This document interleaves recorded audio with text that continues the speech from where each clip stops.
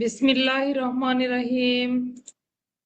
আলহামদুলিল্লাহ, আমরা ঈদের পরে সবাই আবার একত্রিত হলাম। আমাদের ধারাবাহিক ক্লাস চলছিল। রাতের ক্লাসে পুলিশ প্রবিধান পড়ছিলাম। আমরা মোটামুটি 525 বিধি পর্যন্ত পড়ে ফেলেছি। গত ক্লাসে 525 বিধি পর্যন্ত আমাদের শেষ হয়েছে। একটু দেখি 500 থেকে 525 পর্যন্ত কি কি পড়েছিলাম। 500 বিধিতে পড়েছিলাম পিয়ার বন্দির শ্রেণী বিভাগ, 3 প্রকারের পিয়ার বন্দিকে শ্রেণী বিভাজন করা যায়। তার সঙ্গে আরো 2টা বিধি অতিরিক্ত শিখেছিলাম। একটাতে শিখেছিলাম বিচারাধীন বন্দির শ্রেণী বিভাগ 478 বিধি, আর 715 বিধি পড়েছিলাম যে সাজাপ্রাপ্ত বন্দির শ্রেণী বিভাগ। আচ্ছা, 500 বিধিতে পিআর বন্দি 3 রকমের আমরা দেখেছিলাম। একটা হলো পিআর বন্দি যাদেরকে পুলিশ রেজিস্টার্ড করা হলো, হাতের আঙ্গুলের ছাপ নেওয়া হলো, এই ধরনের বন্দি, তারা হলো পিআর বন্দি। পিআরটি বন্দি পড়েছিলাম যারা ছেড়ে দেওয়ার পূর্বে নিজের জেলায় যাদেরকে বদলি করা হবে, দণ্ডভোগ শেষ কিন্তু এখনো জেলা যেতে আটক আছেন, এরকম বন্দিগুলো হলো পিআর বন্দি। যাদেরকে নিজের জেলায় স্থানান্তর করা হবে এগুলো হলো পিআরটি বন্দি। আর 565 ধারা অনুযায়ী যাদের উপরে বিভিন্ন নিয়ম আরোপ করা হয়েছে এই ধরনের বন্দীদেরকে বলা হয় পিআরটি 565 বন্দি। এই ছিল পিআর বন্দি শ্রেণী বিভাগ 500 বিধি। তারপরে পড়লাম 501টা, একটু দেখতে বলেছিলাম পিআর স্লিপ। এই বন্দীদের কোর্ট অফিসার তাদের একটা পিআর স্লিপ প্রস্তুত করবেন, পাশাপাশি 2টা রেজিস্টারে তাদের নামগুলো রক্ষণাবেক্ষণ করবেন, দণ্ড রেজিস্টারেও তাদের নাম লিপিবদ্ধ করবেন। রেলওয়ে অপরাধীর ক্ষেত্রে, অশনাক্তকৃত ব্যক্তির ক্ষেত্রে, মহিলা অপরাধীদের ক্ষেত্রে লাল কালি দ্বারা লিপিবদ্ধ করতে হবে। রেলওয়ে অপরাধীর ক্ষেত্রে রেলওয়ে অপরাধী লিখবে এবং অশনাক্তকৃতদের ক্ষেত্রে অশনাক্তকৃত লিখবে লাল কালি দিয়ে। পিআর স্লিপ 502 পড়েছিলাম কখন আঙ্গুলের ছাপ নিবেন। ওই যে 491-92 ধারা অনুযায়ী আঙ্গুলের ছাপ গ্রহণ করা হয়, অর্থাৎ কোনো বন্দীকে জেল হাজতে প্রেরণের পূর্বেও আঙ্গুলের ছাপ নেওয়া যেতে পারে, অথবা সাজা প্রদানের জন্য এক কারাগার থেকে অন্য কারাগারে প্রেরণের পূর্বে সংশোধনাগার, কিশোরদের ক্ষেত্রে সংশোধনাগারে প্রেরণের পূর্বেও তাদের হাতের আঙ্গুলের ছাপ বা বন্দীদের আঙ্গুলের ছাপ নেওয়া হয়ে থাকে। তারপরে 515টা নিতে বলেছিলাম। জেল প্যারেড অত্যন্ত গুরুত্বপূর্ণ একটা বিধি। 515, এগুলো যদি আপনি বাদও দেন জেল প্যারেড করতেই হবে। 515 থেকে জানলাম যে যে সকল সাজাপ্রাপ্ত বন্দী আসন্ন সপ্তাহে মুক্তি পাবে, সামনের সপ্তাহে যাদের মুক্তি হবে তাদের নাম, অপরাধের বিবরণ, কি ধরনের অপরাধ করেছে, নিজের এলাকারই শুধু নয় অন্যান্য এলাকার অপরাধীদের চেনা পরিচয়ের জন্য জেলখানার ভিতরে কোর্ট অফিসারের উপস্থিতিতে সর্বসাকুল্যে 20 জন পুলিশ অফিসার উপস্থিত থাকতে পারবে। তাদের উপস্থিতিতে জেলখানার ভেতরে যে প্যারেডটা অনুষ্ঠিত হয় সেটাকে জেল প্যারেড বলে। তাহলে জেল প্যারেড কেন হয়? সাধারণত থানার অফিসারদের সঙ্গে, কোর্টের অফিসারদের সঙ্গে অপরাধীদের একটা দেখাশোনা বা দেখা সাক্ষাৎ, তাদেরকে যাতে চিনে রাখতে পারে যে তারা পরবর্তীতে কে কে কি কি অপরাধ করেছে, এই চিনে রাখার জন্য জেল প্যারেড অনুষ্ঠিত হয়। BP form number 97, Bangladesh form number 5354 লাগবে না, তারপর একটু বললাম আর কি। জেল প্যারেড কবে অনুষ্ঠিত হবে? রবিবারে অনুষ্ঠিত হবে। কার দায়িত্বে থাকবে? কোর্ট অফিসারের দায়িত্বে, তবে সাধারণত একজন সাব ইন্সপেক্টরকে দায়িত্ব দেওয়া হবে এই জেল প্যারেড পরিচালনা করার জন্য। তিনি জেল প্যারেড পরিচালনা করবেন, অর্থাৎ সিএসআই কে আমরা বুঝি যে কোর্টের যে সাব ইন্সপেক্টর তিনি। শনিবার বিকাল বেলাতেই একজন বিশেষভাবে নিয়োজিত অফিসার জেল প্যারেডের একটা প্রতিবেদন প্রস্তুত করবেন, যেখানে 20 জন মানে সর্বসাকুল্যে 20 জন অফিসার উপস্থিত থাকবে। মহিলারা জেল প্যারেডে অংশগ্রহণ করবেন না, কিন্তু প্রতিবেদনে তাদের নাম উল্লেখ করতে হবে। জেল প্যারেডে কনস্টেবলগণ অন্তর্ভুক্ত থাকবেন। সকাল 7:30 সবাই উপস্থিত হবেন। 8টায় প্যারেড অনুষ্ঠিত হবে। সকল অপরাধীদেরকে পরিদর্শনের জন্য অনেকগুলো দলে বিভক্ত করে তাদের সাথে চেনা পরিচয় হবে। পুলিশ অফিসারদের সঙ্গে তারা পরিচিত হবেন। মোটামুটি 3টা দলে বিভক্ত করে, 3টি দলে বিভক্ত করে। পাশাপাশি জেল প্যারেডে কারা কারা অংশগ্রহণ করলেন তাদের জন্য কোর্ট অফিসে আলাদা একটি রেজিস্টার মেনটেন করতে হবে, রক্ষণাবেক্ষণ করতে হবে, এবং এটি পুলিশ সুপার এবং ডিআইজি স্যারও বছরে বছরে এটি পরিদর্শন করবেন। প্রয়োজন অনুযায়ী এটি ইন্সপেকশন করতে পারবেন। 517 বিধি পড়েছিলাম। পিআর স্লিপ হবে বন্দির মুক্তির নোটিশ। যাদেরকে প্রবিধান 492 বিধি অনুযায়ী যাদের আঙ্গুলের ছাপ নেওয়া হলো বিভিন্ন দণ্ডপ্রাপ্ত অপরাধী, বর্ধিত দণ্ডে দণ্ডিত অপরাধী, না এরকম কিছু নাই। একজন হলে কতজন, এরকম কিছু না। পুলিশ অফিসার থাকতে পারবে 20 জন। এখানে তো আর আপনার টিআই প্যারেড হচ্ছে না, বুঝতে পারছেন? টিআই প্যারেড হলো তো ভিন্নতা। দেখছেন জেল প্যারেডের ভেতরে টিআই প্যারেড চলে আসতেছে। টিআই প্যারেড হলো 282 বিধি। ওখানে বলা আছে অপরাধী শনাক্তকরণ। আপনি অপরাধীকে, ভিকটিমকে দেখাচ্ছেন। রাতের বেলা ডাকাতি অনুষ্ঠিত হলো, ডাকাতদেরকে চিনছে না, ভিকটিমকে আপনি দেখাচ্ছেন বা সাক্ষীকে দিয়ে পরীক্ষা করাচ্ছেন যে ওই আসামি ছিল কিনা, ওই ব্যক্তি ছিল কিনা। এটা হলো টিআই প্যারেড বা শনাক্তকরণ মহড়া। আর জেল প্যারেড হলো দণ্ডিত, যারা সাজাপ্রাপ্ত, অলরেডি অপরাধ করার পরে মামলার জন্য তারা দণ্ডপ্রাপ্ত হয়েছে। এই ধরনের অপরাধী ব্যক্তিরা নিজের থানা এলাকায় ফিরে গিয়ে আবার অপরাধ প্রবণতা বাড়তে পারে। সেই ক্ষেত্রে পুলিশ অফিসার যেন তাদেরকে চিনে রাখে, শুধু নিজের এলাকারই নয়, অন্যান্য এলাকার গুলোকেও যেন চিনে রাখে। এই জন্য জেল প্যারেড অনুষ্ঠিত হয়। বুঝতে পারলাম দুই প্যারেডের ভিন্নতা রয়েছে। হ্যাঁ, একখানে করা যাবে না। পিআর স্লিপ হবে বন্দির মুক্তির notice.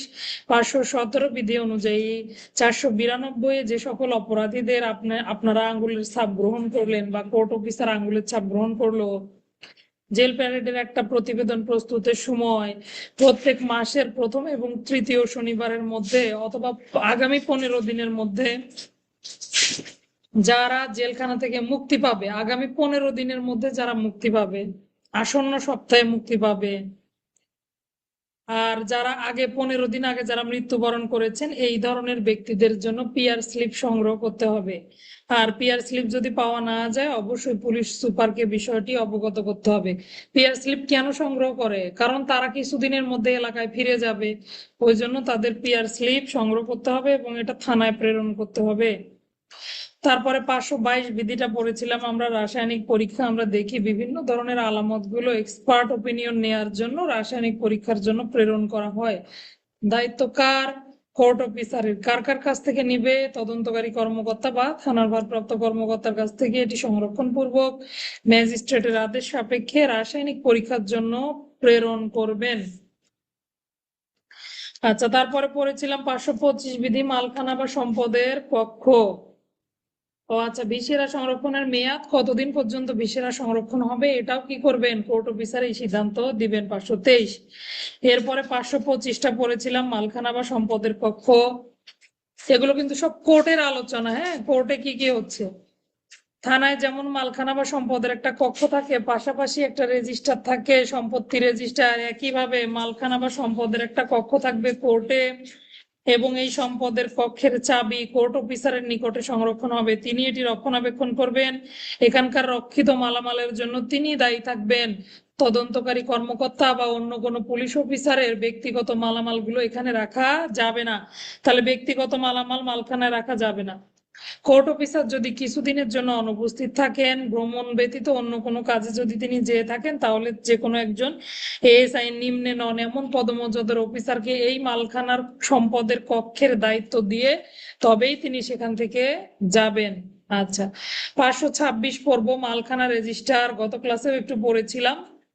মালখানা register B form number 100 মূলে এই 526 বিধিটা গুরুত্বপূর্ণ। তাহলে ওইদিকে গুরুত্বপূর্ণ হলো জেল প্যারেড 515, এদিকে 525 26। হ্যাঁ, 25-এ হলো মালখানা বা সম্পদের কক্ষ থাকবে, আর সেখানে দুর্ভেদ্য তালা থাকবে, সহজে ইয়া করা যাবে না। এই সম্পদগুলো রক্ষণাবেক্ষণ করবে একটা রেজিস্টার মূলে। এই রেজিস্টারটাই হলো 526। তাহলে কক্ষটা হলো 525, রেজিস্টারটা হলো 526। বলেছে 500 ফর্ম নাম্বার 100 মূলে একটা কি করতে হবে? রেজিস্টার রক্ষণাবেক্ষণ করতে হবে। একজন সাব ইন্সপেক্টর এই রেজিস্টারটা রক্ষণাবেক্ষণ করবেন।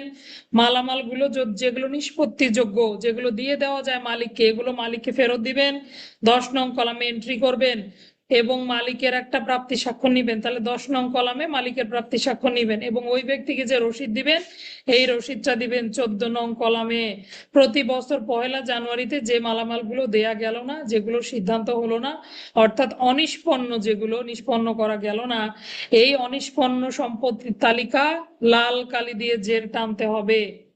আমরা দেখেছি ওয়ারেন্টের ক্ষেত্রে এপ্রিল মাসে, আর সম্পত্তি রেজিস্টার বা মালখানার যে রেজিস্টার, মালখানার ক্ষেত্রে 1 জানুয়ারিতে। হ্যাঁ, এই রেজিস্টারটা অনিষ্পন্ন রেজিস্টারটা সঠিকভাবে লাইন টানা হয়ে, দুঃখিত, লাল কালি দিয়ে জেড টানা হয়েছে কিনা এই বিষয়টি আবার কোর্ট অফিসার, সার্কেল অফিসারকে প্রেরণ করবেন। অর্থাৎ সার্কেল সহকারী পুলিশ সুপার তিনি আবার কি করবেন, তিনি কিন্তু এটা আবার তত্ত্বাবধান করবেন, ইন্সপেকশন করতে পারবেন, অবজারভেশন করতে পারবেন। আচ্ছা, বলেছে কোর্ট অফিসার মালখানা রেজিস্টার মাসে অন্তত একবার করে পুঙ্খানুপুঙ্খভাবে লিপিবদ্ধ করা হয়েছে কিনা সেই বিষয়টি নিশ্চিত হওয়ার জন্য একজন এএসপির নিচে নয় এমন পুলিশ অফিসারের নিকটে উপস্থাপন করবেন। এই পর্যন্ত ছিল আমাদের গত ক্লাসের পড়া। আজকে আসেন আমরা কি কি পড়বো। আজকে শুধু রেজিস্টার গুলো একটু জানলেই হবে। দেখেন, মোটামুটি অনেকটা কনফিউশন হবে আপনাদের। কি রকম, দণ্ডপ্রাপ্ত ব্যক্তির রেজিস্টার আপনারা থানাতেও আপনারা পেয়েছেন, ভিসিএনবির খণ্ড থানায় সংরক্ষণ করতে হয়। দণ্ডপ্রাপ্ত অপরাধীদের রেজিস্টার, একইভাবে কোর্টেও কিছু রেজিস্টার আছে। নগদায়ন হিসাব বা থানার ক্যাশ রেজিস্টার 409 পড়েছেন। একইভাবে কোর্টেরও নগদ হিসাব রয়েছে। হ্যাঁ, তো একটু আলাদা করে ফেলতে হবে যে কোনটা থানার রেজিস্টার কোন বিষয়ে বললো, কোনটা কোর্টের রেজিস্টার সম্পর্কে বললো। এই জিনিসটা একটু আলাদা করে ফেলতে হবে।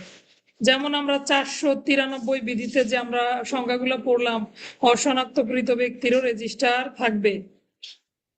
এই রেজিস্টারটা কোর্টের জন্য, দেখেন অশনাক্তকৃত বলতে কি বোঝায়, আঙ্গুলের ছাপের সংজ্ঞা পড়লাম। অশনাক্তকৃত বলতে কাদেরকে, অশনাক্তকৃত হলে কিভাবে রেজিস্টার লিখতে হবে এগুলো শিখলাম। এবার আসেন, এই অশনাক্তকৃত ব্যক্তিদের রেজিস্টার হলো 534। তাহলে আজকে একটু পিআরবি বই নিয়ে বসেন সবাই। হ্যাঁ, বইটা নিয়ে বসেন, কারণ আমরা ছেড়ে ছেড়ে অনেকগুলো বিধি পড়বো, তো এগুলো দাগিয়ে না রাখলে পরে আপনি খুঁজে পাবেন না। 534 অশনাক্তকৃত ব্যক্তিদের রেজিস্টার, বিপি ফর্ম নাম্বার 98 মূলে সদর কোর্টে অশনাক্তকৃত ব্যক্তিদের একটি রেজিস্টার মেনটেন করতে হবে, রক্ষণাবেক্ষণ করতে হবে। তাহলে কোথায় এই রেজিস্টার রক্ষণাবেক্ষণ করা হয়? অশনাক্তকৃত ব্যক্তিদের রেজিস্টার কোর্ট অফিসার রক্ষণাবেক্ষণ করবেন অথবা কোর্টে রক্ষণাবেক্ষণ করা হয়। আচ্ছা, পুলিশ কর্তৃক পাঠানো অশনাক্তকৃত ব্যক্তিদের রেজিস্টার, বিপি ফর্ম নাম্বার 98-তে সমস্ত আদালত দপ্তরে রক্ষণাবেক্ষণ করতে হবে। কোনগুলো ব্যক্তি অশনাক্তকৃত, কাদেরকে পুলিশ পাঠালো, এরকম প্রশ্ন আসতেছে না মনে, যে কোথা থেকে আবার আসলো অশনাক্তকৃত? ওই যে আপনি আঙ্গুলের ছাপের সংজ্ঞা পড়েছিলেন, বৃদ্ধাঙ্গুলের ছাপ অবশ্যই থাকবে। অশনাক্তকৃত বলতে যাদের আপনি কি করতে পারেন নাই, ঠিকানা পরিচয় এগুলো কিছুই খুঁজে পাননি, তারাই অশনাক্তকৃত। এইরকম ব্যক্তিদেরকে যখন কোর্টে প্রেরণ করা হবে তখন তাদের জন্য একটা আলাদা রেজিস্টার রক্ষণাবেক্ষণ করতে হবে। ওই রেজিস্টার নামই হলো, ওই রেজিস্টারের নামই হলো অশনাক্তকৃত ব্যক্তির রেজিস্টার। কত বিধি? 534 বিধি। কে রক্ষণাবেক্ষণ করবেন? Court officer.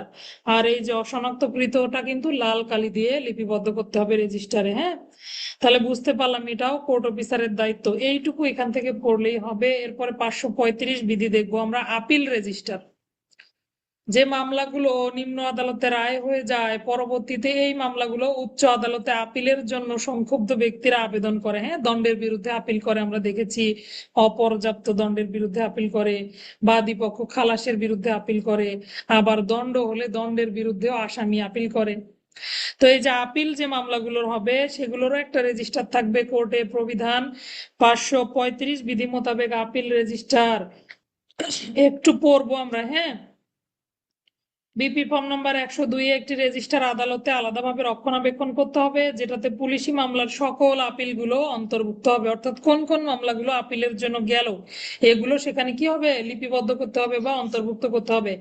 এই রেজিস্টার প্রত্যেক সপ্তাহে একবার করে সদর দপ্তরে পুলিশ সুপার অথবা সার্কেল সহকারী পুলিশ সুপারের নিকটে প্রেরণ করতে হবে বা পেশ করতে হবে। স্যাররা আবার দেখবে কোন কোন মামলাগুলো আপিলের জন্য উচ্চ আদালতে গিয়েছে। হ্যাঁ, এইটুকু নিলেই হবে। তাহলে 535 হচ্ছে আপিল রেজিস্টার। যে মামলাগুলোর আপিল করা হয় সেগুলোর জন্য আদালতে একটি রেজিস্টার রক্ষণাবেক্ষণ করা হয়। যে আদালত রেজিস্টারের নাম কি? Appeal register. বিপি ফর্ম দরকার নাই, মনে রাখতে না পারলে দরকার নাই। তাহলে আপিল রেজিস্টার কে কে এগুলো তত্ত্বাবধান করবেন, রক্ষণাবেক্ষণ করবেন? শোনেন, রক্ষণাবেক্ষণ মানে কেয়ারটেকার করা, মানে আমি রেজিস্টারটা মেনটেন করতেছি, আমি কোর্ট অফিসার। আর তত্ত্বাবধান মানে কি? যিনি সুপারভাইজ করেন তিনি। দুইটা কিন্তু দুই রকম শব্দ। তাহলে সার্কেল স্যারকে দেখাতে হবে, প্রায় প্রায় বলছে প্রতি সপ্তাহে একবার করে সদর দপ্তরে পুলিশ সুপার স্যারকে দেখাবে অথবা সার্কেল সহকারী পুলিশ সুপার স্যারকে দেখাবে। এই হলো আপিল রেজিস্টার 535। তাহলে 534 নিলাম অশনাক্তকৃত ব্যক্তির রেজিস্টার, 535 নিলাম আপিল রেজিস্টার, 36 37 একটু দেখতে পারেন জেনারেল রেজিস্টার, নন জেনারেল রেজিস্টার। সাধারণত পুলিশি যে মামলাগুলো কোর্টে যায় সেটার জন্য আমরা একটা জিআর নাম্বার ব্যবহার করি মামলায়, আপনার খেয়াল করেছেন কিনা? জিআর নম্বর, মামলা নম্বরের পাশাপাশি একটা বাৎসরিক নম্বর থাকে, এই এই বাৎসরিক নম্বরের উপরে কোর্টে একটা রেজিস্টার থাকে, জিআর রেজিস্টার। হ্যাঁ, এই রেজিস্টারটাকে বলা হয় জেনারেল রেজিস্টার। হ্যাঁ, তো ম্যাজিস্ট্রেটের নিকটে মামলাগুলো যেগুলো প্রেরণ করা হয় সেগুলোর জন্য কোর্টে একটা আলাদা রেজিস্টার থাকে যেটাকে জিআর রেজিস্টার বলে। একবার একটু রিডিং করে নিবেন, অনেক আলোচনা জিআর রেজিস্টারের উপরে। হ্যাঁ, কিভাবে লিখবেন, আমরা যে মামলার উপরের দিকে মামলার নম্বর নিচের দিকে জিআর নম্বরটা লিখি সেটারও কারণ আছে, কিভাবে লিখি এই প্রবিধান অনুযায়ী লিখি। 537 কম গুরুত্বপূর্ণ দেখে এত আলোচনায় গেলাম না, সময় কম। 537 হলো নন জেনারেল রেজিস্টার, অর্থাৎ আমরা দেখি এনজিআর যে মামলাগুলো, অর্থাৎ পুলিশ প্রতিবেদন দেয়া যায় না যেগুলোর জিডি মূলে যেগুলো হয়, সেই মামলাগুলোর ক্ষেত্রেও কি করতে হবে, একটা রেজিস্টার রক্ষণাবেক্ষণ করতে হবে। 538 দেখবো হাজত রেজিস্টার। হাজত রেজিস্টারও কে রক্ষণাবেক্ষণ করবেন? কোর্ট অফিসার রক্ষণাবেক্ষণ করবেন। প্রত্যেক আদালত দপ্তরে ফরম নম্বর 38 31 মূলে একটি করে হাজত রেজিস্টার রক্ষণাবেক্ষণ করতে হবে। এই রেজিস্টার ভারপ্রাপ্ত আদালত অফিসার, থানা অথবা ম্যাজিস্ট্রেটের হাওলা অথবা বিচারকগণের নিকট থেকে সাজাপ্রাপ্ত হাজতে যে সকল হাজতি আসলো, সকল হাজতিদের যারা যারা জামিনে মুক্তির জন্য, যে বন্দীদেরকে জামিনে মুক্তিও দেওয়া হলো, সকল বন্দীদের বিষয় এখানে অন্তর্ভুক্ত করতে হবে। অর্থাৎ কাকে গ্রেপ্তার করলেন, কাদেরকে জামিন দেওয়া হলো, কারা মুচলেখা সম্পাদন করলো, সকল হাজতির সকল তথ্য রক্ষণাবেক্ষণের জন্য একটা হাজত রেজিস্টার থাকবে, এটাও কোর্ট অফিসার রক্ষণাবেক্ষণ করবেন। 538 তাহলে কি কি পড়লাম? 534 অশনাক্তকৃত ব্যক্তির register, 35 appeal register, 36 36 general register, 37 নন জেনারেল রেজিস্টার, 38 নিলাম হাজত রেজিস্টার। এগুলো শুধু সূচিগুলো একটু নেন। হ্যাঁ, 540টা এটা একটু বেশি পড়তে হবে, জামিন নামা রেজিস্টার। তাহলে আমরা দেখেছিলাম বন্ড বা মুচলেকা দেয়া হয় মোটামুটি ফৌজদারি কার্যবিধি 400, এদিকে হলো 499, ওদিকে হলো 477 বিধি, 499 ধারা 477 বিধি। বন্ড বা মুচলেকা কিভাবে দেয়, তাই না? কোনো অপরাধী ব্যক্তি তিনি সাময়িক সময়ের জন্য মুক্তি নিলে যে জামিনটা যে নেয় সেটা কিভাবে দেয় বা কেমন করে এটা সম্পাদন হয়, এই সংক্রান্তেও একটা রেজিস্টার রক্ষণাবেক্ষণ করা হবে, সেটাকে বলা হবে জামিননামা রেজিস্টার। বন্ড রেজিস্টারও বলতে পারেন, জামিননামা রেজিস্টার। তাহলে দেখি একটু জামিননামা রেজিস্টার থেকে গুরুত্বপূর্ণ বিষয়গুলো বা গুরুত্বপূর্ণ তথ্যগুলো। বিপি ফর্ম নাম্বার 106 মূলে এটি কোর্টে রক্ষণাবেক্ষণ করতে হবে। তাহলে জামিননামা রেজিস্টার কোথায় কোথায় রক্ষণাবেক্ষণ হবে? কোর্টে রক্ষণাবেক্ষণ করতে হবে। মুচলেখা প্রদানের জন্য ক্ষমতাবান মোক্তার এবং উকিলের নাম, জামিনের জন্য মুচলেখা সংক্রান্ত যে আর্থিক সক্ষমতার বিষয় রয়েছে এগুলো বর্ণনাগুলো ক্রম অনুযায়ী লিপিবদ্ধ করতে হবে। বুঝতে পারলাম? রেজিস্টারে সুন্দর কিছু কলাম থাকবে যেটাতে কে মুচলেকার জামিনদার হলো, কতজন ব্যক্তি জামিনদার হলেন, তাদের আর্থিক সক্ষমতা কত, কত টাকা বন্ডে তারা মুচলেখা সম্পাদন করছেন, সকল কিছু বর্ণানু ক্রমে মানে সুন্দর করে লিপিবদ্ধ হবে। আচ্ছা, এরপরে প্রত্যেক জামিনের জন্য কয়েকটি পাতা, জামিনের জন্য কয়টা পাতা? কয়েকটি পাতা বরাদ্দ থাকবে, কারণ পরবর্তীতে এই জামিন বাতিল হতে পারে, এই জামিন সংক্রান্ত অন্য যে কোনো সিদ্ধান্ত হতে পারে, এই জন্য প্রতিটি জামিনের জন্য কয়েকটি পাতা বরাদ্দ থাকবে। তত্ত্বাবধান করবেন কে? একজন এএসআই তত্ত্বাবধান করবেন, রক্ষণাবেক্ষণ করবেন, দুঃখিত, তত্ত্বাবধান করবেন কোর্ট অফিসার বা সাব ইন্সপেক্টর, আর রক্ষণাবেক্ষণ করবেন একজন সিনিয়র এএসআই। তাহলে জামিননামা রেজিস্টার কে রক্ষণাবেক্ষণ করেন? এএসআই পদমর্যাদার উপরের যে কোনো ব্যক্তি। আর তত্ত্বাবধান করবেন কে? সাব ইন্সপেক্টর পদমর্যাদার যে কোনো ব্যক্তি। আচ্ছা, এবার আসেন মামলার চূড়ান্ত নিষ্পত্তির পর এই সংশ্লিষ্ট অন্তর্ভুক্তি রেজিস্টার গুলো রক্ষণাবেক্ষণকারী এএসআই তিনি কি করবেন? আড়াআড়ি ভাবে লাইন টেনে কেটে বাতিল করে দিবেন। মামলা নিষ্পত্তি হয়ে গেছে, এখন তো আপনার এই জামিননামা রেজিস্টারের দরকার নাই, তখন আড়াআড়ি ভাবে একটা লাইন টেনে ওই অংশটুকু বা ওই জামিনটা কেটে দেয়া যাবে, এভাবে লাইন টেনে বাতিল করবেন। বুঝতে পারলাম? জামিননামা রেজিস্টার কে রক্ষণাবেক্ষণ করবেন? একজন এএসআই। তত্ত্বাবধান করবেন সিনিয়র সাব ইন্সপেক্টর বা কোর্টের সিএসআই বলতে পারি। কতগুলো পাতা বরাদ্দ থাকবে? কয়েকটি পাতা বরাদ্দ থাকবে। কি কি থাকবে? উকিল মুক্তারের নাম ঠিকানা থাকবে, যিনি জামিনদার হলেন তার সকল বর্ণনা থাকবে, কত টাকা বন্ডে জামিন সম্পাদন হলো, সকল তথ্য পুঙ্খানুপুঙ্খভাবে লিপিবদ্ধ থাকবে। মামলা নিষ্পত্তি হয়ে গেলে কি করতে হবে? আড়াআড়ি ভাবে লাইন টেনে কেটে দিতে হবে। কত? 540 বিধি। 541 ধাপ আমরা দণ্ড রেজিস্টার রক্ষণাবেক্ষণ। একইভাবে 394 VCNBর একটি খণ্ড পড়েছিলেন আপনারা, দণ্ড রেজিস্টার, তাই না? অপরাধ রেজিস্টার, অপরাধ প্রমাণ রেজিস্টার। তাহলে এই যে দণ্ড রেজিস্টার 394 বিধি, আবার দণ্ড রেজিস্টার থেকে নাম কর্তনও পড়েছিলাম 398 বিধি। দেখেন 541 দণ্ড রেজিস্টার। এই রেজিস্টারটা আবার কোথাকার জন্য? কোর্টের জন্য। তাহলে কোর্টেও দণ্ডপ্রাপ্ত ব্যক্তিদের একটি আলাদা রেজিস্টার, সাজাপ্রাপ্ত ব্যক্তিদের একটি রেজিস্টার রক্ষণাবেক্ষণ করতে হবে। আদালত যখন কোনো ব্যক্তিকে দণ্ডিত করলো, এগুলো আবার কি রেজিস্টার মূলে এগুলো রক্ষণাবেক্ষণ করতে হয় না? একই কার্যক্রম, থানার ক্ষেত্রে একটু ভিন্নতা রয়েছে। ওখানে দণ্ড পাওয়ার পর ওখানে আবার সাথে সাথে এটা এন্ট্রি দিতে হবে। একইভাবে কোর্টের দণ্ডপ্রাপ্ত রেজিস্টারটা হলো 541 বিধি মোতাবেক। আদালতে রক্ষণাবেক্ষণ করতে হবে দণ্ডপ্রাপ্ত রেজিস্টার। দেখবেন ওই একই অপরাধীগুলোর কথা বলা আছে, যে যে অপরাধীগুলো থানার VCNBর দণ্ডপ্রাপ্ত যে খণ্ড, অপরাধ প্রমাণ খণ্ডে লিপিবদ্ধ করা হয়, একইভাবে এখানেও লিপিবদ্ধ করা হয়।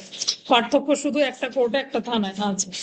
543টা একটু নিলে নিতে পারেন। দণ্ডপ্রাপ্ত রেজিস্ট্রারের আবার একটা সূচিপত্র বানাতে হবে, যেহেতু অনেক অপরাধীরা দণ্ডিত হয়, তাদের একটা যেন সূচিও থাকে। 548 নগদান হিসাব বা কোর্টের ক্যাশ রেজিস্টার 548, এটা পড়ার কোনোই দরকার নাই, একেবারে হুবহু থানার যে ক্যাশ রেজিস্টার পড়েছেন একইভাবে রক্ষণাবেক্ষণ করতে হবে। সকল প্রকার টাকা পয়সা কোথা থেকে আসলো, কে কত টাকা কোন দিকে দিচ্ছে, এমনকি অফিসার ফোর্সের যে বেতন ভাতা দিয়ে, এগুলোরও তথ্য এখানে লিপিবদ্ধ থাকবে।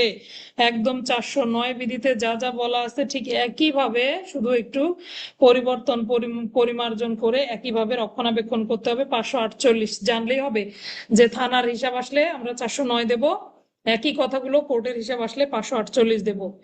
এইবার যাব 635 বিধি, মাঝখানের গুলো লাগবে না, সরাসরি 635 বিধিতে যাব। আলোকচিত্র সংস্থার দায় দায়িত্ব কি? 635 638 এই বিধি দুইটা আমরা সাধারণত 635 638 বিধি দুইটা ব্যবহার করি ক্রাইম সিন সংরক্ষণের ক্ষেত্রে, তাই না? আমরা লিখি ঘটনাস্থলে উপস্থিত হয়ে তদন্তকারী কর্মকর্তা ঘটনাস্থলে ক্রাইম সিন সংরক্ষণ করবেন, 635 638 এভাবে লিখি না? কিন্তু দেখেন কি বলেছে 635-এ বললো আলোকচিত্র সংস্থার দায়িত্ব রয়েছে। তারা কি কি করবে? অবশ্যই ঘটনাস্থলের আলোকচিত্র সংগ্রহ করবে। অপরাধী ব্যক্তি হলে তাদের হাত পা আঙ্গুলের ছাপ, হাতের লেখা, জাল মুদ্রা থাকলে মুদ্রার ছবি, অপরাধের দৃশ্য যদি ধারণের সুযোগ থাকে এগুলোর ছবি, পাশাপাশি তারা ছবিগুলো বড় করবে, প্রিন্ট করবে, রিপ্রোডাকশন করবে।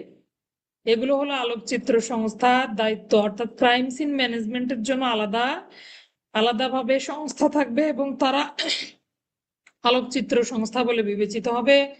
এবং তারা কি করবে? আলোকচিত্র সংগ্রহ করবে, ঘটনাস্থলের ছবি তুলবে, মানুষ থাকলে, মৃতদেহ থাকলে মৃতদেহ, 313-14 আমরা দেখেছি না, মৃতদেহের অশনাক্তকৃত লাশের ছবি টবি তুলবে। একইভাবে 635-এ গিয়ে বলছে অপরাধী ব্যক্তিরও ছবি তুলতে পারবে, মৃত ব্যক্তিরও ছবি তুলতে পারবে, অপরাধের ছবি ধারণ করতে পারবে। এই ছবিগুলো বড় করে প্রিন্ট করে আবার নতুন করে রিপ্রোডাকশনও করতে পারবে। 638 ছবিটা তুলবে কিভাবে? ছবি তোলার পদ্ধতি কি? বেঁচে, এগুলো জীবিত ব্যক্তির ক্ষেত্রে, হ্যাঁ।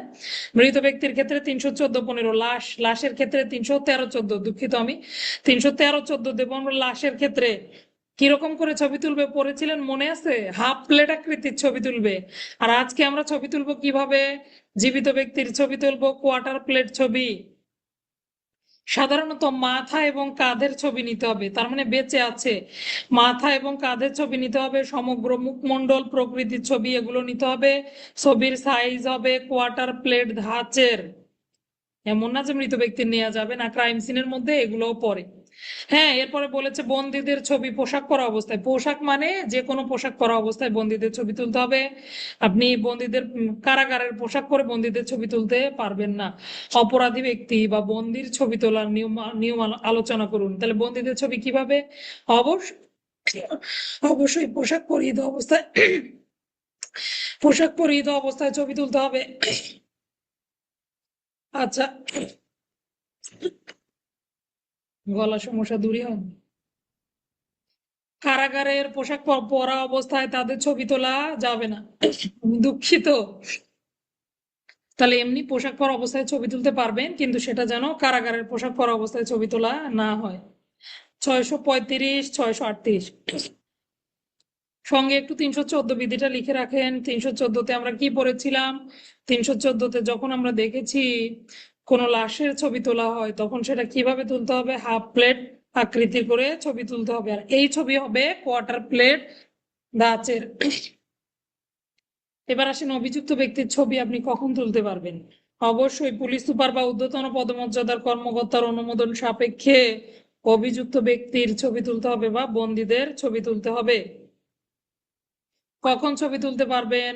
তদন্ত অনুসন্ধান বিচারের প্রয়োজনে, কেবলমাত্র তদন্ত অনুসন্ধান বিচারের প্রয়োজনে কেবলমাত্র এই ছবিগুলো তোলা যাবে। তাহলে 639টা একটু আমরা নেব, অভিযুক্ত ব্যক্তিদের ছবি তোলা। আচ্ছা, এরপরে যাব 663 বিধি। দেখেন 663 বিধি, মোবিলাইজেশন কন্টিনজেন্ট বা যোজন বাহিনী। খুবই গুরুত্বপূর্ণ একটা বিধি, এখান থেকে অলরেডি এমসিকিউ এসেছিল। হ্যাঁ, প্রবিধানের এমন এমন জায়গা আছে আপনি কল্পনাও করতে পারবেন না যে এখান থেকে স্যাররা এমসিকিউ দিয়ে দেয়। বিপদ, বুঝতে পারছেন? প্রবিধান খুবই বিপজ্জনক। 1290টা বিধি খুঁটিয়ে খুঁটিয়ে পড়ার তো ওইভাবে সুযোগ হয় না। তারপরও দ্বিতীয় খণ্ড থেকে যদি প্রশ্ন করে, ধরেই নিবেন প্রশ্ন কঠিন করে ফেলছে। আসেন দেখবো আমরা 663 বিধি, মোবিলাইজেশন কন্টিনজেন্ট বা যোজন বাহিনী, বিশেষ সংযোজন বাহিনী বলতে পারি। একটু বুঝি জিনিসটা কি বলেছি। কোনো বিশেষ এলাকার জন্য যে কোনো সময় যে কোনো একটা এলাকায় যে কোনো পরিস্থিতি তৈরি হলে সেখানে স্পেশাল ফোর্স নিয়োগ করা হয়, তাই না? আমরা দেখি যে পাবলিক অর্ডার ম্যানেজমেন্ট, বিভিন্ন পুলিশের অনেকগুলো ইউনিট আছে এবং সেখানে বিশেষায়িত কিছু সংস্থা আছে, পাশাপাশি ট্রেন্ড আপ কিছু আলাদা কিছু ফোর্স থাকবে। হ্যাঁ, যেমন সোয়াট টিম দেখি আমরা, তারাও আছে, অনেক বড় বড় অপারেশন করে, তাই না? তো এরকম একটা মোবিলাইজেশন কন্টিনজেন্ট থাকবে অথবা একটা যোজন বাহিনী থাকবে। এটা কে এই মোবিলাইজেশন কন্টিনজেন্ট নিয়োগ দিবেন বা এই যোজন বাহিনী কে তৈরি করতে পারবেন? মহাপুলিশ পরিদর্শক অর্থাৎ আইজিপি মহোদয়ের নেতৃত্বাধীনে একটা জরুরি বাহিনী গঠিত হবে, যেটাকে বলা হবে মোবিলাইজেশন কন্টিনজেন্ট অথবা যোজন বাহিনী। বাংলাদেশের সমগ্র বাংলাদেশের যে কোনো অংশে যে কোনো পরিস্থিতিতে তাদেরকে নিয়োগ করা যাবে। বুঝতে পারলাম? তাহলে একটা স্পেশাল ফোর্স থাকবে, ট্রেন্ড আপ থাকবে তারা, এবং তাদেরকে কি কার কার নেতৃত্বাধীনে? আইজিপি মহোদয়ের নিয়ন্ত্রণাধীনে এটা গঠিত হবে। পাশাপাশি যে কোনো জেলার পুলিশ এখানে ইনভলভ থাকতে পারে, যে কোনো জেলার যে কোনো পুলিশ সদস্যদেরকে এখানে আইজিপি স্যার সিলেক্ট করে ফেলতে পারেন। তাহলে এগুলো কে ইয়া করবে? আইজিপি স্যার এটা নিয়ন্ত্রণ করবে বা তার নির্দেশে গঠিত হবে। পুলিশ সুপার স্যার এগুলোকে মনোনয়ন দিবেন, এই ব্যক্তিদেরকে মনোনয়ন দিবেন। প্রত্যেক জেলা নিরস্ত্র পুলিশের যে সংখ্যা রয়েছে সেটা গেজেট প্রজ্ঞাপন আকারে তিনি গেজেটে প্রকাশ করবেন। প্রকাশ করার পর তাদের মধ্য থেকে সংযোজন বাহিনীতে কাদেরকে অন্তর্ভুক্ত করা হলো এটা আবার এসপি স্যার মনোনয়ন দিবেন। তাহলে সমগ্র বাংলাদেশে আমার সাব ইন্সপেক্টর রয়েছে, মনে করেন 40,000, ধরে নিলাম কথার কথা, অল্প একদমই, 40,000 বা 50,000 সাব ইন্সপেক্টর রয়েছে সারা বাংলাদেশে। তাদের মধ্যে প্রথমে গেজেট আকারে প্রকাশিত হলো, এরপরে তাদের মধ্য থেকে কাদেরকে যোজন বাহিনীতে নেওয়া হবে, তারা কেমন হবে, তাদের কি কি প্রশিক্ষণ থাকতে হবে, এগুলো সব এসপি স্যার মনোনয়ন দিবেন। এরপরে মনোনয়নের পরে এই বিশেষ সংযোজন বাহিনীর প্রত্যেক অফিসারের নামের বিপরীতে এম অক্ষর লেখা হবে। এম দিয়ে মোবিলাইজেশন কন্টিনজেন্ট বোঝাবে। হ্যাঁ, তাহলে এম অক্ষরটা লিখতে হবে। বিশেষ সংযোজন বাহিনীর জন্য যাদের নামটা মনোনয়ন করা হলো তাদের নামের বিপরীতে এম অক্ষর লিখতে হবে। এরপরে আসেন, এই বাহিনীকে আলাদা করে প্রশিক্ষণ দিতে হবে। 795 বিধিটা আমরা একবারে পড়ে ফেলবো। সবাই সবাই একটু 795 বিধিটা বের করে ফেলেন।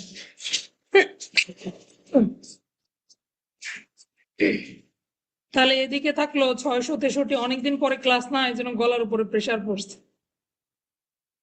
663 মোবিলাইজেশন কন্টিনজেন্ট, 795 মোবিলাইজেশন কন্টিনজেন্টের প্রশিক্ষণ। আচ্ছা, একটু দেখি সংযোজন বাহিনী যে হবে তাদেরকে প্রশিক্ষণের জন্য জেলা সদর দপ্তর অথবা কোনো সুবিধাজনক স্থানে একটা বার্ষিক ক্যাম্পে তারা অংশগ্রহণ করবে। প্রতি বছর বছর তাদেরকে ট্রেনিং দিতে হবে। এই প্রশিক্ষণ 15 দিন পর্যন্ত স্থায়ী হবে। তাহলে মোবিলাইজেশন কন্টিনজেন্ট কতদিন পর্যন্ত স্থায়ী হয়? মোবিলাইজেশন কন্টিনজেন্ট 15 দিন পর্যন্ত তাদের এই প্রশিক্ষণটা স্থায়ী হয়। ক্যাম্পের নির্দেশনাবলীগুলো কি কি নির্দেশনাবলী হবে এবং এই প্রশিক্ষণ কর্মসূচি কিভাবে হবে সবকিছু নির্ধারণ করবেন পুলিশ সুপার স্যার। এবং এসপির অনুপস্থিতি পুলিশ সুপার স্যার যদি না থাকেন, এখানে একজন উপযুক্ত কর্মকর্তা তদারকিতে নিয়োজিত থাকবেন। এইটুকু 795 থেকে জানলেই হবে। তাহলে দুইটা বিধি আমরা একসাথে করব, 663, 795। 663-তে বিশেষ সংযোজন বাহিনী বা মোবিলাইজেশন কন্টিনজেন্টের নিয়োগ, পাশাপাশি 795 হলো তাদের প্রশিক্ষণ। 663, 795 বুঝতে পারলাম, গুরুত্বপূর্ণ ছিল। এরপরে আমরা শুধু বিধিগুলো দেখবো। দেখেন 667, 69, 70, 71 এগুলো সব অতিরিক্ত পুলিশের সঙ্গে আমরা পড়ে এসেছি। পুলিশ আইনের 13 ধারা, ডিএমপি 36, 37 অধ্যাদেশ। কি পড়েছিলাম? এটা অতিরিক্ত পুলিশ নিয়োগ, উপদ্রুত এলাকায় অতিরিক্ত পুলিশ নিয়োগ করতে পারবে, পুলিশ সুপার স্যারও পারবে, আইজিপি স্যারও নিয়োগ করতে পারে। স্পেশাল পুলিশ একজন ইন্সপেক্টর থেকে তদূর্ধ্ব পদমর্যাদার আবেদন ক্রমে, পুলিশ অফিসারের আবেদন ক্রমে জেলা ম্যাজিস্ট্রেট কি করতে পারবেন? স্পেশাল পুলিশ নিয়োগ করতে পারবেন। 674 থেকে 676। তাহলে অতিরিক্ত পুলিশ 667, 69, 70, 71। আর স্পেশাল পুলিশ 74 থেকে 76। আলাদা করে বিধি পড়ার দরকার নেই, শুধু জানলেই হবে। আচ্ছা, 695 বিধিতে যাব। 695 বিধি খেয়াল করেন। অ্যালার্ম প্যারেড বা হুঁশিয়ারি কুচকাওয়াজ। অ্যালার্ম প্যারেড, হুঁশিয়ারি কুচকাওয়াজ 695 এর 22।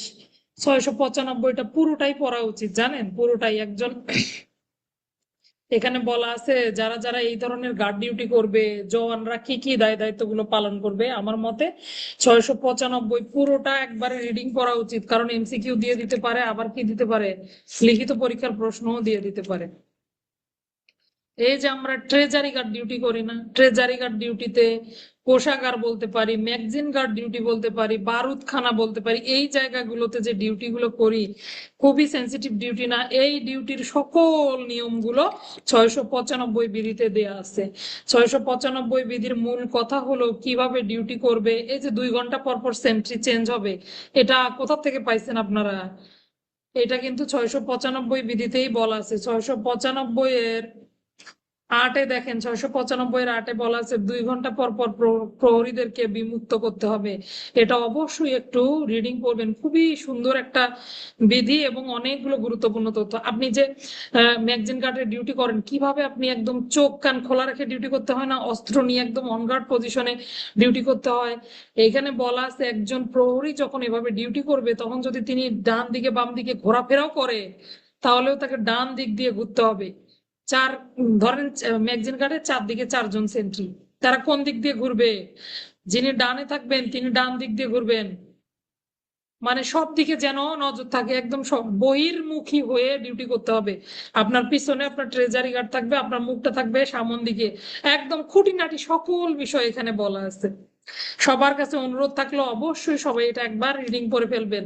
এবার আসেন সবচেয়ে গুরুত্বপূর্ণ অংশ কোনটা? 695-22, এইটা আমাদের বেশি লাগে। অ্যালার্ম প্যারেড বা হুঁশিয়ারি কুচকাওয়াজ। এই যে আপনি ট্রেজারি গার্ড ডিউটি করতেছেন, কতগুলো গুলি নিয়ে, কতগুলো নিয়ে আপনি ডিউটি করবেন, পোশাক পরিহিত অবস্থায় থাকবেন, কত সংখ্যক জনবল রেস্টে থাকবে, কতজন ডিউটিতে থাকবে, সবগুলো সুন্দর। আবার আপনি সন্ধ্যার পরে বেরোতে পারবেন না। আমরা তো শুধু বলি স্যাররা কড়াকড়ি করে, ম্যাগজিন গার্ড থেকে বেরোতে দেয় না, কিন্তু আসলে ম্যাগজিন গার্ড থেকে বেরোনোর নিয়ম নাই। আপনি ম্যাগজিন গার্ড থেকে বিশেষ করে সন্ধ্যার পর তো বের হতেই পারবেন না। আচ্ছা, এগুলো বলা আছে, আমরা দেখবো গুরুত্বপূর্ণ জায়গায়। অ্যালার্ম প্যারেড 695-22, হুঁশিয়ারি কুচকাওয়াজ। জরুরি বাহিনীর জন্য পুলিশ সুপার গার্ড পরিদর্শনের সময়, পুলিশ সুপার স্যার আসে না রাত্রে, পরিদর্শনের সময় জরুরি বাহিনীর সচলতা পরীক্ষা। জরুরি বাহিনী বলতে ওই কোষাগারে যারা ডিউটিরত তাদের কথা বলা হয়েছে এখানে। এই বাহিনীর সচলতা পরীক্ষা করার জন্য ট্রেজারিতে একটি হুঁশিয়ারি কুচকাওয়াজ করাইবেন। তাহলে এসপি স্যার করাবেন, তাই না? হুঁশিয়ারি কুচকাওয়াজ কোথায় হবে? যে কোনো কোষাগারে বা ম্যাগজিন গার্ড বা বারুদখানা, এখানে যারা যারা ডিউটি করেন তাদের সচলতা, বাহিনীর সচলতা পরীক্ষা করানোর জন্য এই কুচকাওয়াজ অনুষ্ঠিত হবে। কে করাবেন? পুলিশ সুপার স্যার করাবেন। দেখবেন যে তারা সচল আছে কিনা। বা 1 মিনিটের মধ্যে পোশাক পরে তারা সবাই ফলিন হতে পারে কিনা। এই যে এই এই সচ্ছলতা পরীক্ষার জন্য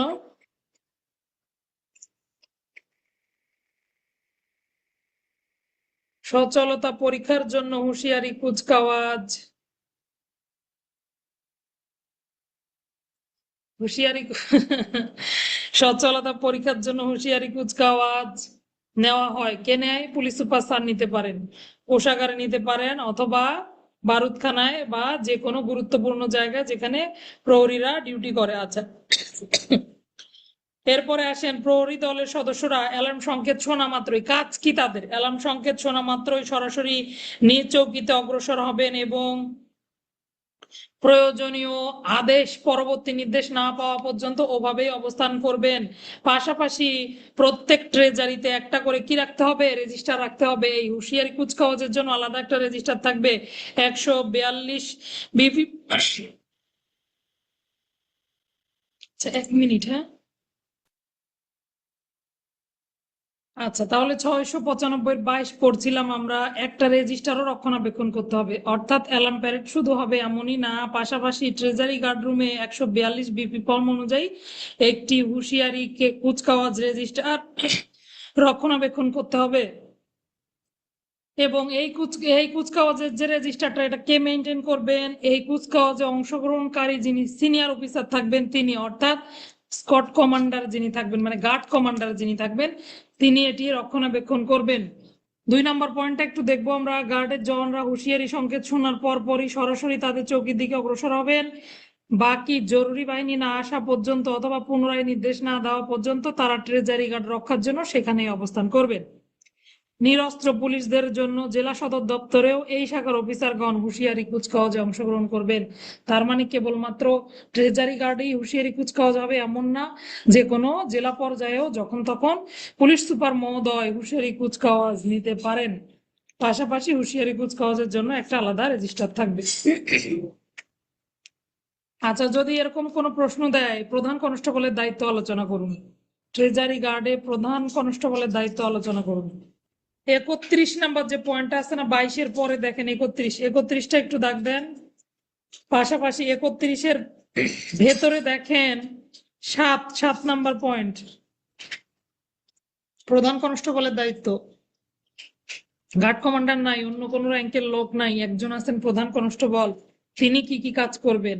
প্রতি ঘন্টায় ঘন্টায় পরিদর্শন করবেন তার প্রহরীগুলো ঠিক আছে কিনা, ঠিক মতো দায়িত্বে নিয়োজিত হওয়া, বিমোচন। বিমোচন মানে কি? ডিউটি ত্যাগ করা।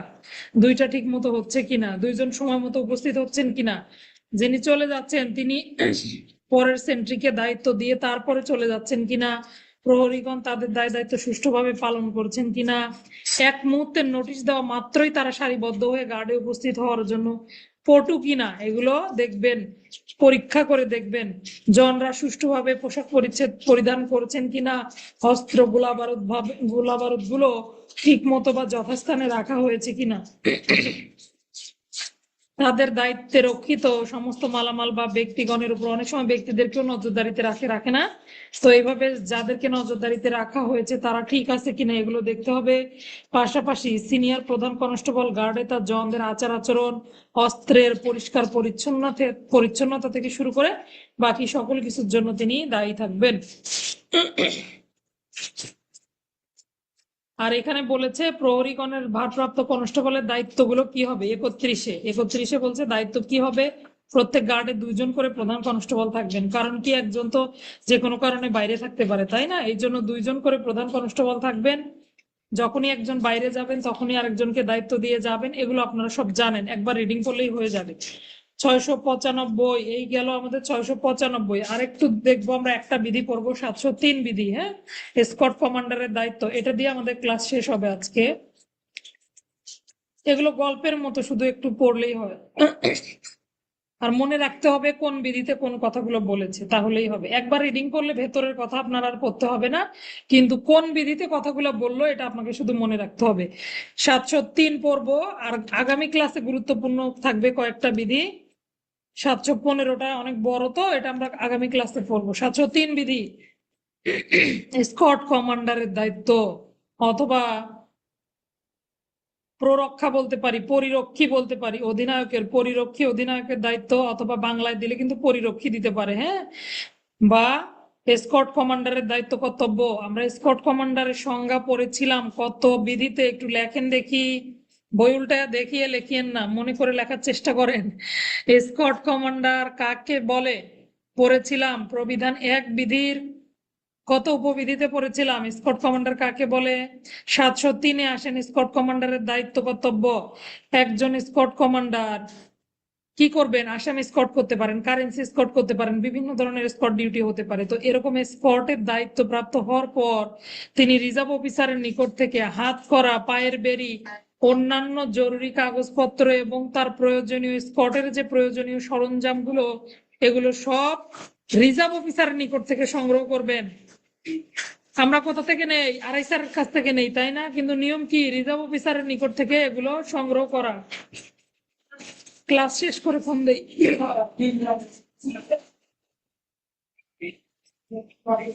ঠিক আছে, আচ্ছা। তাহলে স্কট কমান্ডার রিজার্ভ অফিসারের নিকট থেকে হাত করা, পায়ের বেড়ি, লণ্ঠন সহ অন্যান্য জিনিসপত্রগুলো তিনি গ্রহণ করবেন। সবকিছু ঠিকঠাক আছে কিনা এগুলো দেখে নিবেন।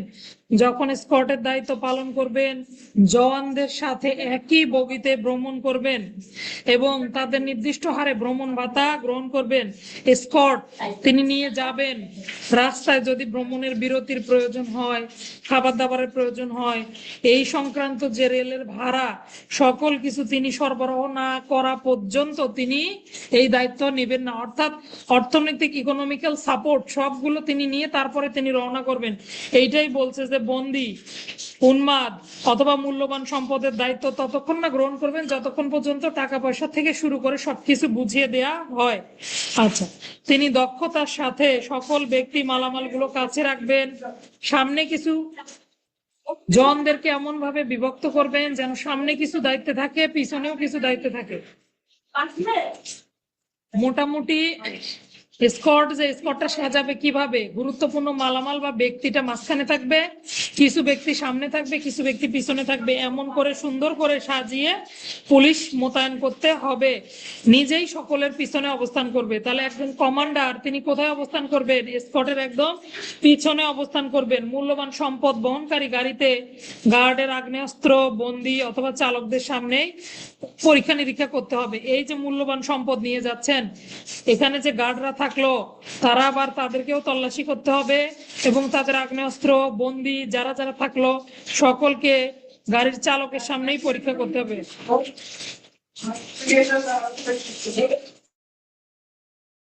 আচ্ছা, তাহলে আগ্নেয়াস্ত্র, বন্দী এবং অন্য যে চালক থাকলো, অর্থাৎ আপনি গাড়ি করে যদি স্কট করেন, চালকের সামনেই সকল কিছু মূল্যবান সম্পদগুলো পরীক্ষা নিরীক্ষা করে তারপরে এগুলো সব বুঝে নিবে। আছে মূল্যবান সম্পদ বহনকারী গাড়ির বন্দী বা চালকের সাথে বাইরের লোকের কোনো প্রকার যোগাযোগ করতে দিবে না।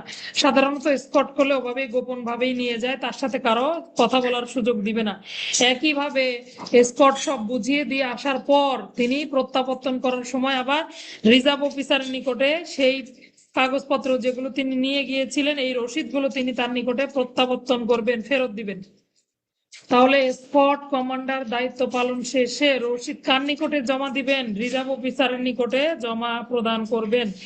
যখন তিনি এক জায়গা থেকে অন্য জায়গায় ভ্রমণ করবেন বা স্কট নিয়ে যাবেন, তখন সংক্ষিপ্ত পথ অনুসরণ করবেন, অযথা কোথাও সময় নষ্ট করবেন না। আবার দায়িত্ব গ্রহণের পূর্বে হাত করা, পায়ের বেড়ি এগুলো যে নিল, এগুলো আবার সবকিছু ঠিকঠাক আছে কিনা এগুলো দেখে নিতে হবে। পাশাপাশি যাত্রা শুরু করার পূর্বেই বন্দীদের শরীর তল্লাশি করে দেখবেন বন্দীদের শরীরে চিকন সিল্ক, দড়ি, তার, উখা, চাকু এগুলো শরীরে লুকিয়ে রাখা হয়েছে কিনা এগুলো তিনি তল্লাশি করবেন। তাহলে দেখেন কত জায়গায় তল্লাশির বিধান। ফৌজদারি কার্যবিধি 102(3)-এ তো তল্লাশির নিয়মাবলী বলা আছে। প্রবিধান 280-তে পড়েছেন তল্লাশি, আবার 482-84-তে পড়েছেন তল্লাশি। যখন সাক্ষীদেরকে আদালতে উপস্থিত করা হবে, আসামি আদালতে উপস্থিত করা হবে, তখনও তার শরীর তল্লাশি পড়েছি আমরা। 482, 484, আবার 703-এর বর্গীয় জয়েও দেখেন তল্লাশির বিধান রয়েছে। বন্দীদের শরীর তল্লাশি করতে হবে যাতে করে আত্মহত্যার কোনো ইকুইপমেন্টস তাদের মধ্যে না থাকে। আচ্ছা, আবার কত টাকা খরচ হলো, কত টাকা ব্যয় করলেন, এগুলো তিনি সুন্দর করে হিসাব নিকাশ এগুলো লিখে রাখবেন। রেলপথে ভ্রমণের ক্ষেত্রে যদি কোনো বন্দী অসুস্থ হয়ে পড়ে তখন কি করবেন? অবশ্যই তিনি স্টেশন মাস্টারকে জানাবেন এবং নিকটস্থ হাসপাতালে নিয়ে যাওয়ার জন্য সহায়তার জন্য স্টেশন মাস্টারকে অনুরোধ করবেন। পাশাপাশি রেল পুলিশও সকল ধরনের সাহায্য সহযোগিতা করবে। নৌকা পথে ভ্রমণের সময় অথবা সড়ক পথে ভ্রমণের সময় যদি কয়েদি অসুস্থ হয়ে পড়ে বা কুলি যিনি এগুলো বহন করছেন তিনি যদি অসুস্থ হয়ে পড়েন তাহলে তাকে পরের থানায় নিয়ে গিয়ে রেখে আসতে হবে। মানে রাস্তার মাঝখানে কুলি অসুস্থ হয়ে পড়ছে, আপনার মূল্যবান সামগ্রী সে নিয়ে যেতে পারছে না, তখন তাকে সামনে যে থানা আসবে সেই থানায় রেখে যেতে হবে।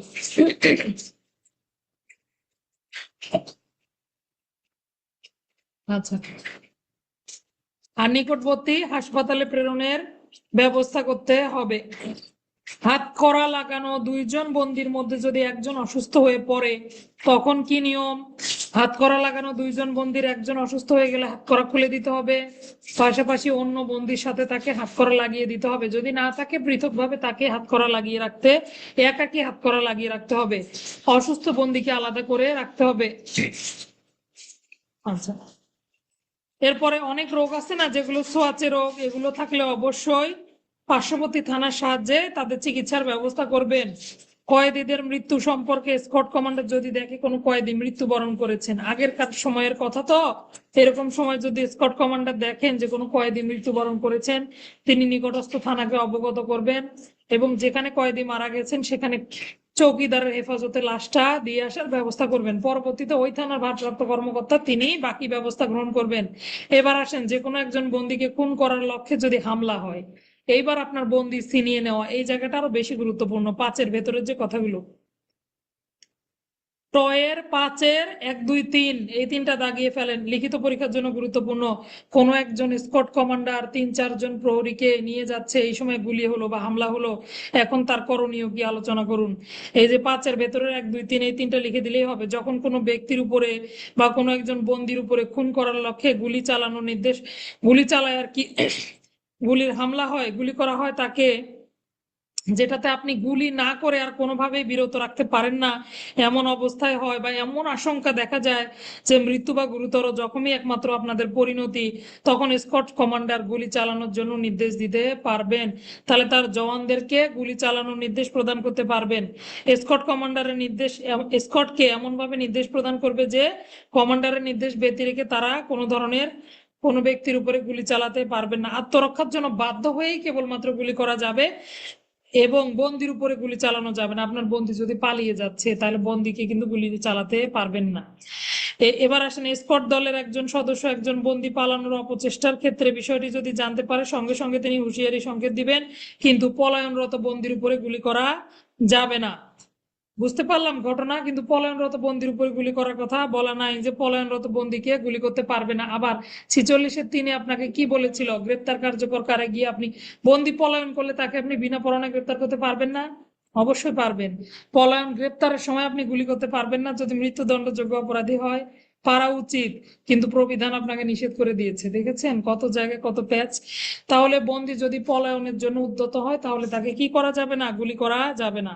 আচ্ছা, যখন একটি স্কট দল হতে পলায়নের ঘটনা ঘটে যাবে সেই ক্ষেত্রে স্কট কমান্ডার সঙ্গে সঙ্গে নিকটস্থ থানাকে অবহিত করবেন। সংশ্লিষ্ট বাকি যে বন্দিরা থাকলো তাদেরকে নিয়েই রওনা করবেন। তাৎক্ষণিকভাবে যদি তাকে পুনরায় গ্রেপ্তার করা না যায় তাহলে বন্দির জন্য গ্রেপ্তারি পরোয়ানা, দলিলপত্র, মালামাল যে জেলখানায় তাকে পাঠানো হয়েছিল সেখানেই ফেরত পাঠাতে হবে। মোট কথা আগ্নেয়াস্ত্রের ব্যবহার। আচ্ছা, যদি যারা হামলা করলো তাদের কাছে যদি গুলি থাকে অথবা অস্ত্র শস্ত্রে তারা সজ্জিত থাকে সেক্ষেত্রে কেবলমাত্র গুলি করার নির্দেশ দেয়া যাবে। আততায়ীদের নিকটে যদি এই ধরনের কিছু না থাকে কেবলমাত্র বেয়নেট চালিয়েই তাদেরকে, মানে প্রথমে আপনাকে প্রতিরক্ষা করতে হবে, মানে যতটুকু হামলা, যত প্রয়োজনের অতিরিক্ত বল প্রয়োগ করা যাবে না, সোজা কথা। তাহলে তারা যদি নিরস্ত্র থাকে তাদেরকে তো গুলি করার আপনার দরকার নাই, এই কথাগুলো বলেছে। তাহলে যদি এরকম প্রশ্ন আসে, বন্দীদেরকে স্কট করে নিয়ে যাওয়ার সময় হামলার শিকার হলে স্কট কমান্ডারের দায়িত্ব আলোচনা করুন। 703 বিধির এইটুকু আলোচনা দিয়ে দিলে ইনশাল্লাহ হয়ে যাবে। এই পর্যন্তই থাকবে আমাদের ক্লাস। আমরা আজকে কি কি পড়লাম একটু দেখবো। অনেকগুলো পড়া পড়লাম, নাই নাই করে অনেক পড়া পড়েছি, তাই না? তার মধ্যে রেজিস্টার গুলো একটু কম গুরুত্বপূর্ণ, বেশি জ্বালা যন্ত্রণা লাগলে রেজিস্টার গুলো বাদ দিতে পারেন। 534 শিখেছিলাম আমরা আজকের প্রথম বিধি, অশনাক্তকৃত ব্যক্তির রেজিস্টার। 35-এ শিখলাম আপিল রেজিস্টার। 36-এ শিখলাম জেনারেল রেজিস্টার। 37-এ নন জেনারেল রেজিস্টার। 38-এ হাজত রেজিস্টার। 40-এ জামিননামা রেজিস্টার। এখানে একটু বর্ণনা পড়েছি। জামিননামা রেজিস্টার কে রক্ষণাবেক্ষণ করবেন? একজন সাব ইন্সপেক্টর রক্ষণাবেক্ষণ করবেন, এএসআই রক্ষণাবেক্ষণ করবেন, সাব ইন্সপেক্টর তত্ত্বাবধান করবেন। আর জামিননামা রেজিস্টারের মামলা নিষ্পত্তি, যে মামলা নিষ্পত্তি হলো সেই মামলার ক্ষেত্রে আর এইভাবে লাইন টেনে কেটে দিতে হবে। 541 নিলাম দণ্ড রেজিস্টার থাকবে কোর্টে। 548 কোর্টেও একটা ক্যাশ রেজিস্টার বা নগদান হিসাব রেজিস্টার থাকবে। 635 আলোকচিত্র সংস্থার দায় দায়িত্ব হলো ছবি তোলা, মাথা এবং কাঁধের ছবি তুলতে হবে। 638 ছবিগুলো হবে হাফ প্লেট আকৃতির, বন্দীদের পোশাক পরিহিত অবস্থায় ছবি তুলতে হবে। এই ছবি, বন্দির এই ছবি কারাগারের পোশাক পরিহিত অবস্থায় তোলা যাবে না। 639 অভিযুক্ত ব্যক্তির ছবি তুলতে পারবেন পুলিশ সুপারের অনুমোদন সাপেক্ষে বা তার নির্দেশ সাপেক্ষে, কেবলমাত্র তদন্ত অনুসন্ধান বিচারের ক্ষেত্রেই বন্দীদের ছবি তুলতে হবে। 663 795 মোবিলাইজেশন কন্টিনজেন্ট, একটা বিশেষ সংযোজন বাহিনী গঠিত হবে আইজিপি মহোদয় নেতৃত্বে। এখানে কারা কারা মনোনয়ন পাবে এটা নির্ধারণ করবেন পুলিশ সুপার স্যার। প্রত্যেক জেলার নিরস্ত্র পুলিশদের মধ্যে গেজেট প্রজ্ঞাপন হবে। এই গেজেট প্রজ্ঞাপন অনুযায়ী পুলিশ সুপার স্যার তাদেরকে মনোনয়ন দিবেন।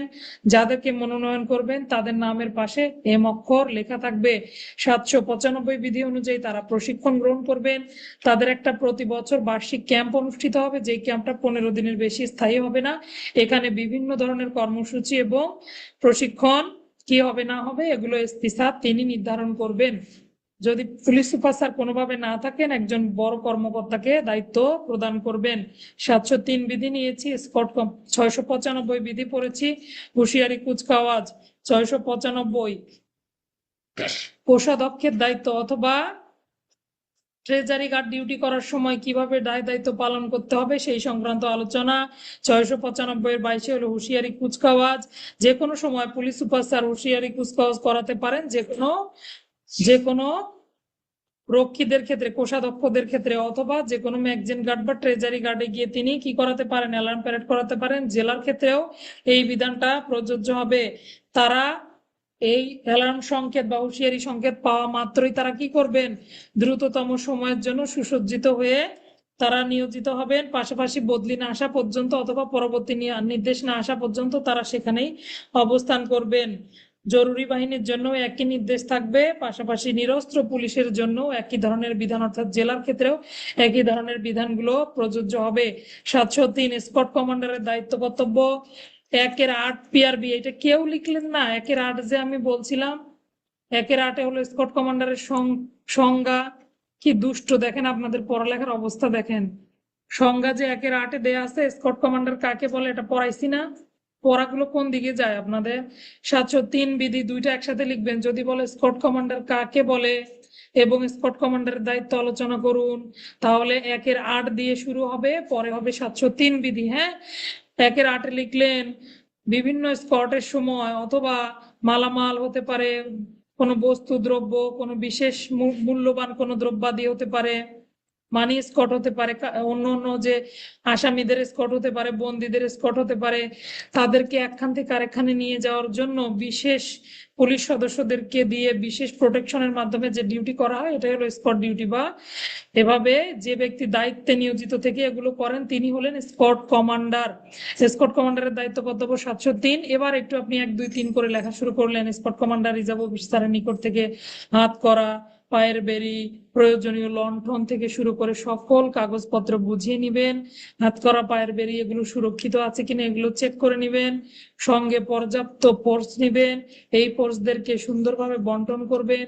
তাদের ভ্রমণ ব্যয় থেকে শুরু করে প্রতিমধ্যে তাদের খাবারের খরচ, বন্দীদের খাবারের খরচ থেকে শুরু করে সকল প্রকার সবকিছু রিজার্ভ অফিসারের নিকট থেকে বুঝে নিয়ে তবেই তিনি রওনা করবেন। এই স্কট যথাস্থানে পৌঁছে দেওয়ার পর তিনি প্রত্যাবর্তন করবেন। ফিরে আসার পর এই রসিদটা আবার রিজার্ভ অফিসারের নিকটে প্রেরণ করবেন। সামনে কিছু কনস্টেবলকে সামনে নিয়োজিত করবেন, তা কিছুদেরকে পিছনে নিয়োজিত করবেন, এমন ভাবে তাদেরকে প্রোটেকশন দিবেন যাতে বাইরের লোকের সাথে তারা কোনো ধরনের যোগাযোগ করার সুযোগ না পায়। অযথা সময় নষ্ট করবেন না, সংক্ষিপ্ত পথ অনুসরণ করে দায়িত্ব পালন করবেন। এই তো, আর কি কি আছে এরপরে পড়লাম আমরা। যদি বন্দীদের হয়, বন্দীরা কেউ মৃত্যুবরণ করে অথবা এই বন্দীরা অসুস্থ হলে রাস্তায়, তখন করণীয় কি? অসুস্থ হলে রেলওয়ে এলাকা হলে রেলওয়ে স্টেশন মাস্টারকে অবগত করতে হবে, ট্রেনে ভ্রমণের ক্ষেত্রে আর কি। আর সড়ক পথে নৌপথে ভ্রমণের ক্ষেত্রে থানার ভারপ্রাপ্ত কর্মকর্তাকে অবগত করতে হবে। পাশাপাশি তাদের চিকিৎসার ব্যবস্থা করতে হবে। মারা গেলে চৌকিদারের হেফাজতে রেখে আসতে হবে। পরবর্তীতে থানার ভারপ্রাপ্ত কর্মকর্তা বাকি ব্যবস্থা গ্রহণ করবেন। একত্রে হাতকড়া পরা অবস্থায় মৃত্যুবরণ করলে বা অসুস্থ হলে সংশ্লিষ্ট ব্যক্তির হাতকড়া খুলে দিতে হবে। অন্য বন্দীদের সাথে লাগিয়ে ফেলতে পারবে না, অথবা একাই তাকে হাতকড়া লাগাতে হবে। যিনি অসুস্থ হলেন তার চিকিৎসার ব্যবস্থা করতে হবে। আর কয়েদিকে যদি ছিনিয়ে নিতে চায় অথবা বন্দীদেরকে ছিনিয়ে নিতে চায়, সেক্ষেত্রে গোলাগুলি হয়, তাদের রক্ষার ক্ষেত্রে স্কট কমান্ডার গুলি করারও নির্দেশ প্রদান করতে পারবেন। যদি অন্য কোনো উপায়ে এটা কি করা না যায়, প্রতিহত করা না যায়, তখন তিনি গুলি করারও নির্দেশ প্রদান করতে পারবেন। তবে হ্যাঁ, বন্দির গায়ে যেন গুলি না লাগে এই বিষয়টা খেয়াল রাখতে হবে। পাশাপাশি পলাতক বন্দির উপরে গুলি করা যাবে না। বন্দি কিছু পলাতক হয়ে গেলে বাকিদেরকে নিয়েই রওনা করতে হবে, যথাস্থানে তাদেরকে পৌঁছে দিতে হবে। অবশ্যই ঘটনা থানার ভারপ্রাপ্ত কর্মকর্তাকে জানাতে হবে। অবশিষ্ট বন্দি নিয়ে রওনা করতে হবে, তাদেরকে পৌঁছে দিতে হবে।